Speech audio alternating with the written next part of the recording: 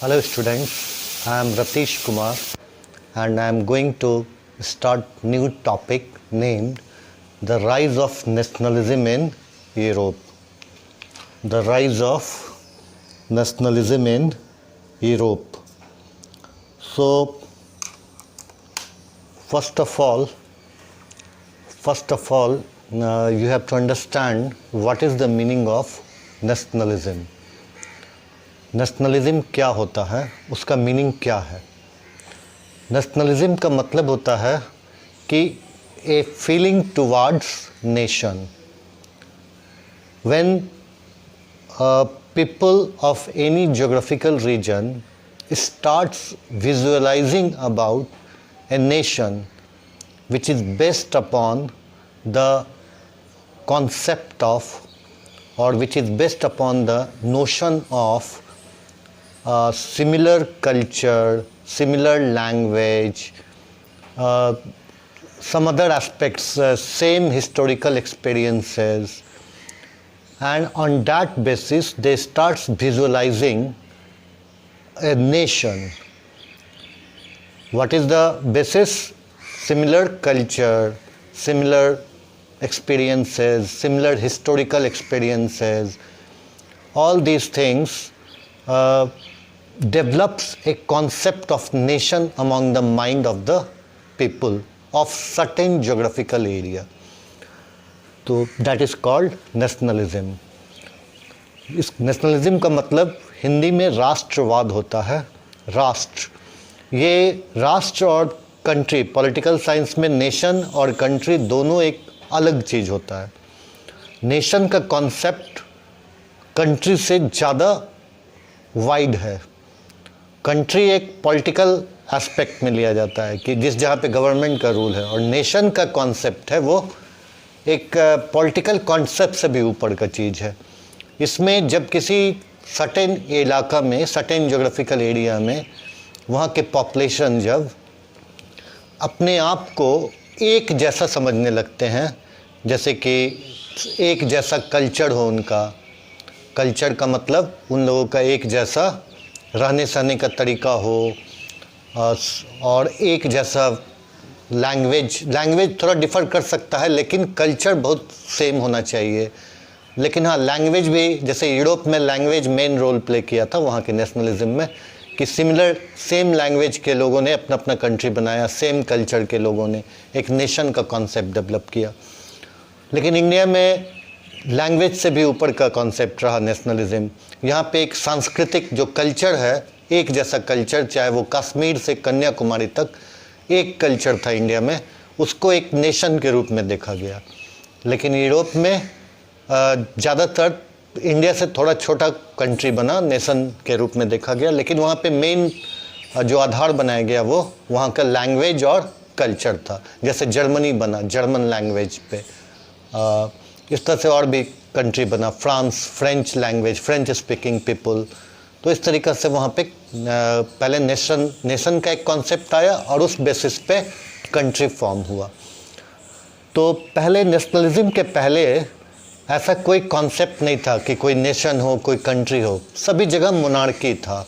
In all part of Europe और even in all part of world there were monarchies in which a particular dynasty were ruling a large territory without any concept of language, religion or culture. They used to rule a vast part wherever they fought the war and won that territory. इस तरीक़ा से पहले था। जैसे for example अगर Europe को देखेंगे तो यूरोप में जो डायनेस्टी है, जैसे बॉर्बन डायनेस्टी, वो एक बड़ा पार्ट में रूल कर रहा था, जिसमें फ्रांस का भी स्पीकिंग पीपल था, कुछ यूरोप के बाहर के भी कंट्री थे। तो पैचवर्क टाइप का लगता था। जैसे बॉर्बन डायनेस्टी के अंदर में जितना बड़ा पार्ट था उसमें अलग अलग कल्चर के लोग का एक पैचवर्क था। जैसे एक टाइल्स अलग अलग कलर का, किसी कमरे के अंदर अलग अलग कलर का टाइल्स हो जाए, उस तरह का डायनेस्टी था। तो लेकिन फ्रेंच रेवोल्यूशन के बाद ये कॉन्सेप्ट चेंज हुआ और फ्रेंच रेवोल्यूशन ने नेशनलिज्म के कॉन्सेप्ट को डेवलप कराया। और इसके पहले इंग्लैंड में भी नेशनलिज्म का कॉन्सेप्ट आ चुका था, बेस्ड ऑन सेम कल्चर, वहाँ भी नेशन फॉर्म हुआ था, लेकिन पूरे यूरोप में French revolution played very important role in bringing the nationalism. But before this we have to understand about a painter named Frederick Serrao. He painted a picture in 1848. In 1848, the painter named Frederick Serrao painted a picture named The Dream of Worldwide Democratic and Social Republic. The Dream of Worldwide Democratic and Social Republics. The Pact Between Nations. This was the name of painting. It is a print. It is a print prepared by Frederick Serrao, 1848. Print. And in this print, he shown such things which later became true. उसने वो सब चीज़ को painting कर दिया जो आगे चल के सत्य साबित हो गया. तो फ्रेडरिक सेरियो जो था वो एक फ्रेंच आर्टिस्ट था, और वो एक फ्रेंच आर्टिस्ट था और उसने प्रिपेयर किया series of 4 prints visualising his dream of a world made up of democratic and social republics. तो उसने ऐसा विजुअलाइज किया, एक कल्पना किया कि दुनिया जो है वो डेमोक्रेटिक और सोशल रिपब्लिक की तरह हो जाएगा धीरे धीरे. मतलब मोनार्की ख़त्म हो जाएगा और पूरा दुनिया में लोकतंत्र आ जाएगा, डेमोक्रेसी आ जाएगा, और सभी जगह रिपब्लिक हो जाएगा, सोशल रिपब्लिक्स. मतलब सारे जगह पे जनता का शासन हो जाएगा. और उसने ये नाम भी दिया अपने पेंटिंग का. हालांकि ये चीज़ उस समय तक वर्ल्ड में नहीं हुआ था, यूरोप में भी नहीं हुआ था, लेकिन इसने पूरे जो कल्पना किया, जैसा इसने फ्लैग बनाया, वो सब ट्रू हो गया आगे चल के. तो फर्स्ट प्रिंट जो था उसका, वो फर्स्ट प्रिंट उसका सीरीज का था. उसमें दिखाया है कि people of Europe and America, main and women of all ages and social classes marching in a long train. तो जितने भी आदमी लोग हैं अमेरिका और यूरोप के, देखिए ये जो ट्रेन की तरह ये इसने पेंट में दिखाया अपने पिक्चर में कि ये लोग एक लंबा ट्रेन की तरह ये लोग मार्च कर रहे हैं. ये लोग यूरोप और अमेरिका के लोग हैं और ये सभी एज और सभी सोशल क्लास के लोग हैं. इसमें सारे लोग हैं, belong to all age and all social class. So ये लोग स्टैचू ऑफ लिबर्टी को होमेज दे रहे हैं. They are offering homage to Statue of Liberty as they pass by it. This is statue of liberty. तो America में तो उस समय तक लिबर्टी का कॉन्सेप्ट आ गया था. अमेरिका एक बिकेम ए कंट्री नेशन, तो इसलिए स्टैचू ऑफ लिबर्टी को उसने सिंबल बनाया कि सारे देश के लोग स्टैचू ऑफ लिबर्टी से गुजर रहे हैं. तो स्टैचू ऑफ लिबर्टी को ये लोग होमेज देते हुए पास कर रहे हैं. और उस समय के जो आर्टिस्ट होते थे उन लोग लिबर्टी को हमेशा एक फीमेल फिगर के रूप में देखते थे.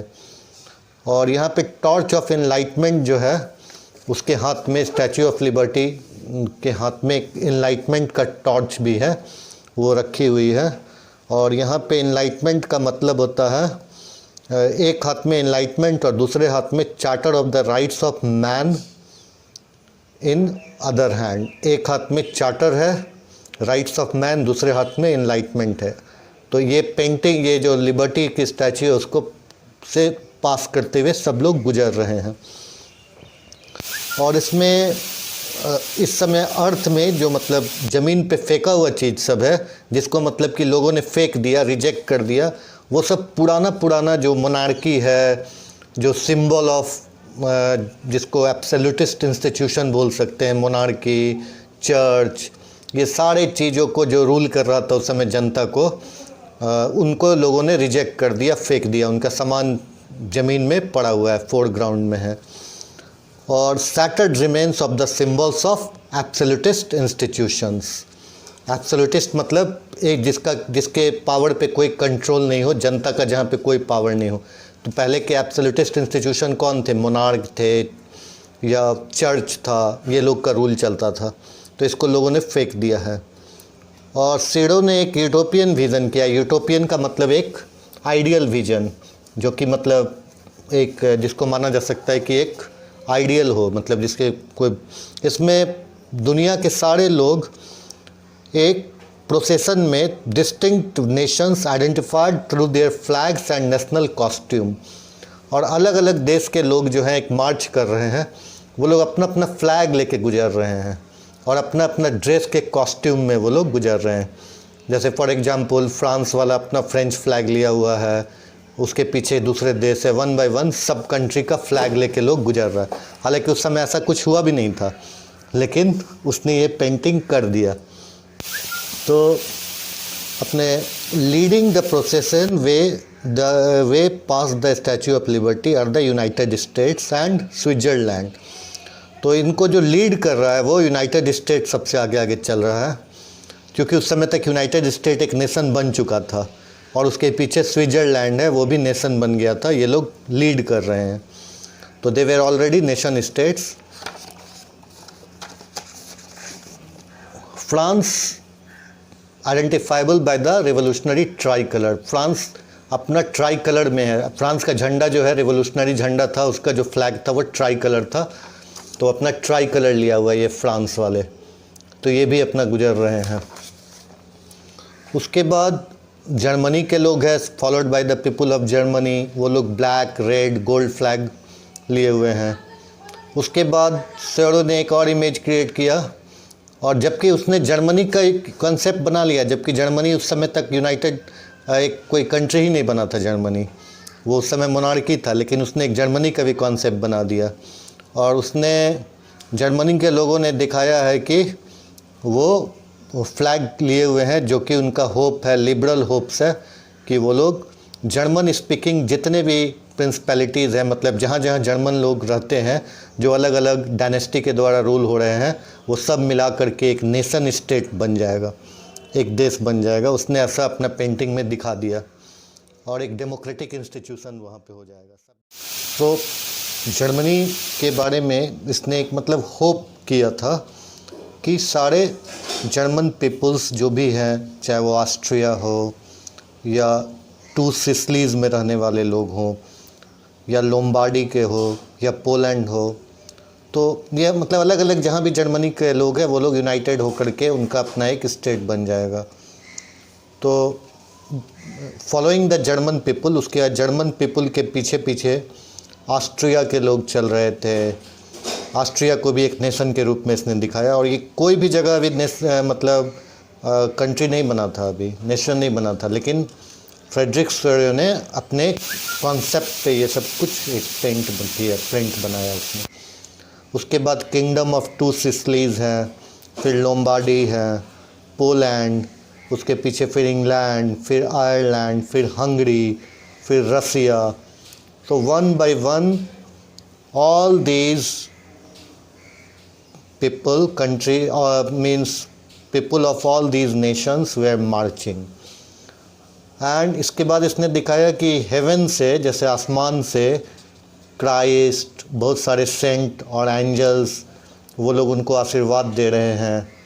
तो आर्टिस्ट ने इनको फ्रेटर्निटी के रूप में सिम्बोलाइज किया है, use by the artist to symbolise fraternity among the nations of the world.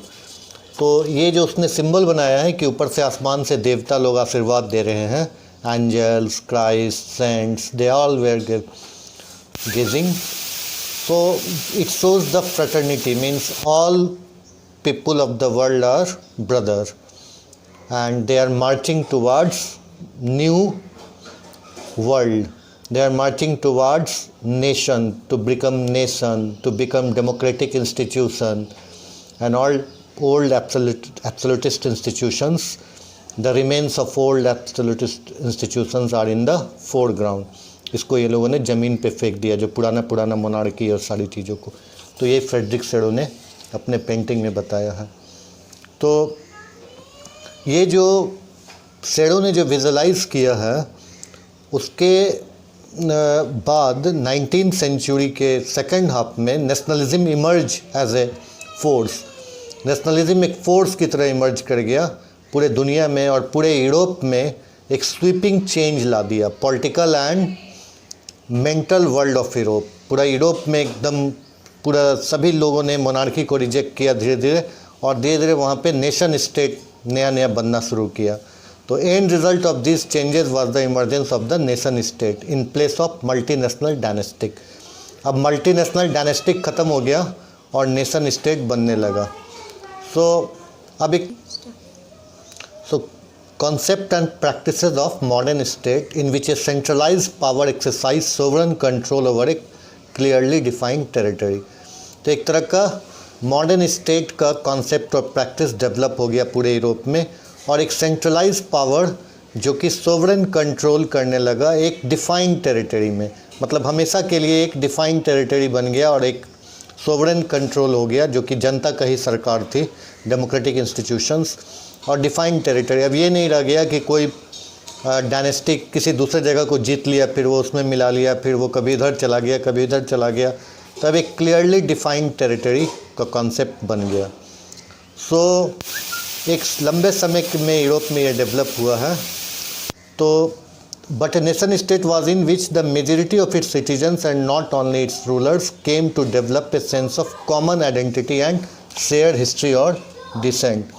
तो नेशन स्टेट का मतलब वैसा जिसमें कि मेजॉरिटी ऑफ सिटीजन, मतलब ज़्यादा से ज़्यादा सिटीजन, केवल रूलर ही नहीं सिटीजन्स भी, उनके अंदर में एक कॉमन आइडेंटिटी हो और एक शेयर्ड हिस्ट्री हो। मतलब उन लोगों का इतिहास एक जैसा हो, आइडेंटिटी उन लोगों का एक जैसा हो। इस आधार पे नेशन स्टेट क्रिएट हुआ। और ये कॉमननेस जो है वो आज का नहीं हो, commonness exist from time immemorial. मतलब किसी को मालूम नहीं कि वो कब से ये लोग कॉमन हो। तो इस आधार पे नेशन बनना शुरू किया और नेशन स्टेट का कॉन्सेप्ट हुआ। और ये सब जो कॉमननेस हुआ है उन लोगों का टाइम इमेमोरियल हो और fall through struggles through the actions of leaders and the common people. और स्ट्रगल्स के द्वारा ये सब कॉमननेस क्रिएट हुआ हो, उनके लीडर्स के एक्शन के द्वारा हो, कॉमन पीपल के एक्शन के द्वारा ये लोग कॉमननेस डेवलप किए हो, आइडेंटिटी बहुत पहले से। तो इस आधार पे नेशन स्टेट क्रिएट हुआ। तो अब हम लोग इस चैप्टर में हम लोग देखेंगे कि diverse process through which nation states and nationalism came into being in 19th century Europe. ऐसा ऐसा डाइवर्स प्रोसेस, किस किस प्रोसेस से नेशनलिज्म क्रिएट हुआ यूरोप में 19th सेंचुरी में। Most important event was French revolution. French revolution it brought the feeling of nationalism among the people of Europe in so many ways। French revolution बहुत तरीक़ा से Europe के लोगों में और दुनिया के सारे देशों में नेशनलिज्म यानी राष्ट्रवाद का भावना को और ज़्यादा जागृत किया, फीलिंग को बढ़ाया। क्योंकि पहली बार 1789 में जो स्टार्ट हुआ था फ्रेंच रेवोल्यूशन, तो उस समय मोनार्की था। और जब वो चेंज हुआ, when after the revolution the monarchy change and new constitution in France came and people got rights and sovereignty of a country got in the hand of people। So all these things led to the concept of nationalism। French revolution में जैसे कि एक nation को कल्पना किया गया था revolutionaries लोगों ने। जैसे उन लोगों ने मार्सलेज जो एक पैट्रियोटिक सॉन्ग बनाया था, फिर उन लोगों ने फादरलैंड की कल्पना की थी। पूरे फ्रांस का जो रीजन है जहाँ फ्रेंच स्पीकिंग पीपल है, एक तरह का फादरलैंड उसको इन लोगों ने डिक्लेयर किया। और भी बहुत सारी चीज़ों के द्वारा फ्रेंच रेवोल्यूशन से नेशनलिज्म का कॉन्सेप्ट आया। और फ्रेंच रेवोल्यूशन के बाद जो नेपोलियन बोनापार्ट का रूल हुआ, तो नेपोलियनिक कोड 1804 में उसने लाया था। So Napoleonic code 1804 also brought so many things which unified the people of certain region. जैसे फॉर एग्ज़ाम्पल बहुत सारे एडमिनिस्ट्रेटिव रिफॉर्म किया था नेपोलियन ने, बहुत सारा अपने कोड के द्वारा उसने कुछ ऐसा रूल्स रेगुलेशन कराया था कि जो डायनेस्टीज़ में बहुत सारा प्रॉब्लम था वो सॉल्व हो गया, टैक्सेशन लॉज को सिंप्लीफाई किया। ये सारी चीज़ें के वजह से भी मॉडर्नाइजेशन हुआ और नेशनलिज्म का कॉन्सेप्ट स्ट्रांग हुआ। सो हम लोग इसको थोड़ा सा देख लेते हैं कि फ्रेंच रेवोल्यूशन कैसे नेशनलिज्म को स्ट्रांग किया। So first clear expression of nationalism came with the French Revolution in 1789. Transfer of sovereignty from the monarchy to a body of French citizen. तो जो सब फ्रेंच सिटीजन्स लोगों को सोवरेंटी का transfer हो गया, मोनार्की से फ्रेंच सिटीजन लोगों को मिल गया। और इसके अलावा कुछ रेवोल्यूशनरीज आइडियाज़ थे और उन लोगों ने बहुत सारा मेजर्स और प्रैक्टिस को इंट्रोड्यूस किया था जिससे कि एक कलेक्टिव आइडेंटिटी का सेंस डेवलप हुआ। It created a sense of collective identity amongst the French people. जैसे for example ideas of la patrie, the fatherland, le citizen, the citizen, emphasize the notion of a united community enjoying equal rights under a constitution। तो ये एक तरह का notion, मतलब कि एक भावना को इसने बढ़ाया, जैसे ला पैट्रे, ला सिटिजन, कि एक United notion of A United community, मतलब सारा फ्रेंच कम्युनिटी यूनाइटेड है जिसको कि इक्वल राइट है एक कॉन्स्टिट्यूशन के द्वारा मिला हुआ। इसमें फ्रेंच फ्लैग, ट्राई कलर, ये सारा चीज़ एक तरह का एक नेशन के भावना को ज़्यादा से ज़्यादा लोगों में जागृत किया। फिर स्टेट जनरल्स जो इलेक्टेड हुए थे और उन लोगों ने स्टेट जनरल का नाम नेशनल असेंबली रख दिया, तो नेशनल असेंबली का नाम रखते साथ एक नेशन का फीलिंग डेवलप हुआ। हिम्स कंपोज हुआ, ओथ वगैरह देश के नाम पे लिया जाने लगा। बहुत सारा मार्टियर्स कॉमरेटेड, बहुत जो मतलब जो लोग मरे थे फ्रेंच रेवोल्यूशन में उन लोगों को एक तरह से काफ़ी सम्मान दिया गया। और ये सारी चीज़ की गई नेशन के नाम पे, all in the name of nation. और इस तरीक़ा से फिर एक सेंट्रलाइज्ड एडमिनिस्ट्रेटिव सिस्टम डेवलप हुआ और यूनिफॉर्म लॉज डेवलप हुआ सारे सिटीजन्स लोगों के लिए फ्रांस के अंदर। इंटरनल कस्टम ड्यूटीज़, सारा ड्यूज़ सबको हटा दिया गया और uniform system of weights and measures लाया गया। और रीजनल डायलेक्ट्स, जो फ्रांस के अंदर जो रीजनल लैंग्वेज लोग बोलते थे, थोड़ा बहुत जो डायलेक्ट्स होता है, जैसे फॉर एग्जांपल इंडिया में रीजनल डायलेक्ट्स है जैसे बांग्ला, भोजपुरी, तरह तरह का तमिल, ये सब, तो सब उन लोगों को ख़त्म किया गया और एक फ्रेंच लैंग्वेज को प्रमोट किया गया। तो इस तरीक़ा से एक फ्रांस को कॉमन लैंग्वेज एक पूरे कंट्री के लिए इंट्रोड्यूस किया गया, पूरे फ्रेंच को कॉमन लैंग्वेज के रूप में। और इसके अलावा रिवोल्यूशनरीज़ लोगों ने एक ये भी डिक्लेयर कर दिया कि उनका मिशन है कि फ्रेंच नेशन को लिबरेट कर दे और इसके अलावा पीपल ऑफ यूरोप को भी लिबरेट कर दे। तो मतलब फ्रांस जो है यूरोप के दूसरे देश को भी लिबरेट कर दे डिपोटिज्म से, मतलब मोनार्की से, जो एब्सोल्यूट रूल है उससे आज़ाद करके सभी जगह पे जनता का शासन ला दे, फ्रीडम कर दे लोगों को, और वहाँ भी एक तरह का नेशन डेवलप करा दे। तो यूरोप के दूसरे जगह पे भी नेशंस का फीलिंग डेवलप करा दे ताकि वहाँ नेशन बने। तो इस तरीक़ा से वहाँ पे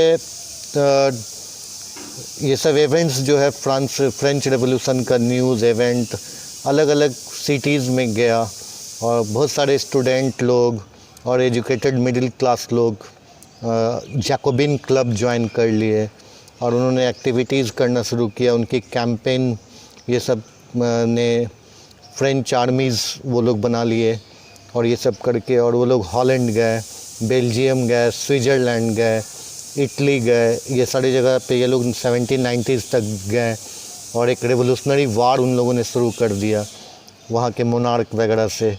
और फ्रेंच आर्मीज़ जो है वो इनका साथ दे रही थी और आइडिया ऑफ नेशनलिज्म जो है पूरे देश में, अलग अलग विदेशों में भी फ्रांस की जो आर्मी है वो नेशनलिज्म का फीलिंग को बढ़ाने लगी, फैलाने लगी।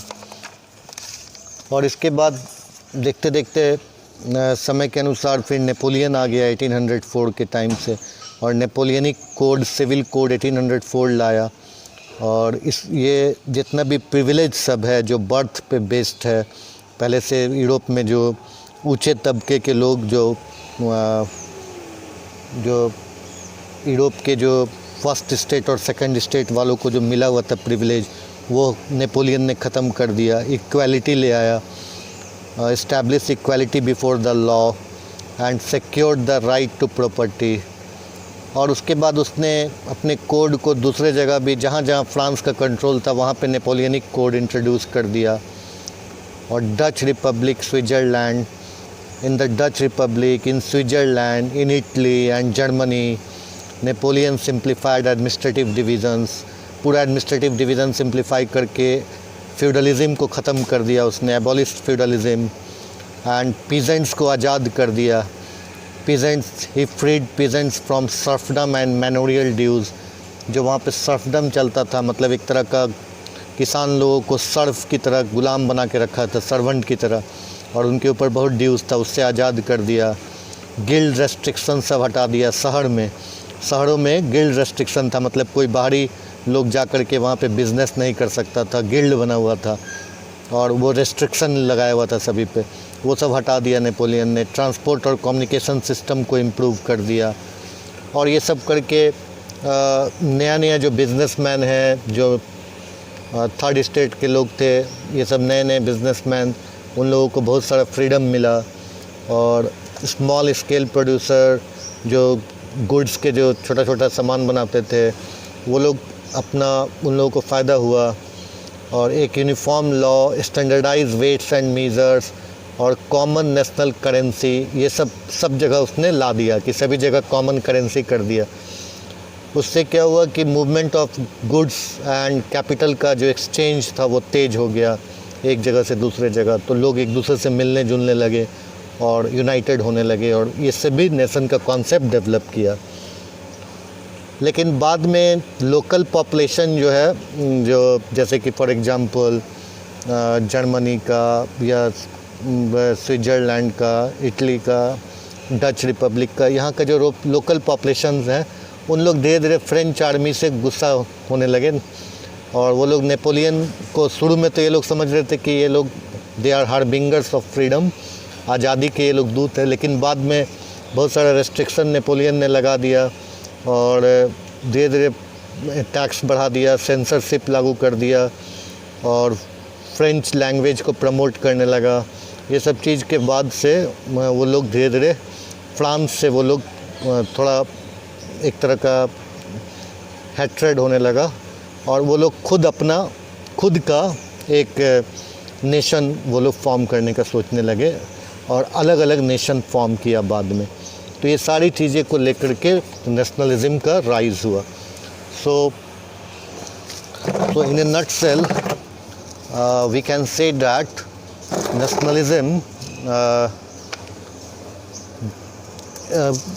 nationalism is a new concept. It started from second half of 19th century, but French Revolution played very important role, and above all Napoleon played one of the most important role in bringing the concept of nationalism through his various reforms. So now you have to write few questions which I will give you, and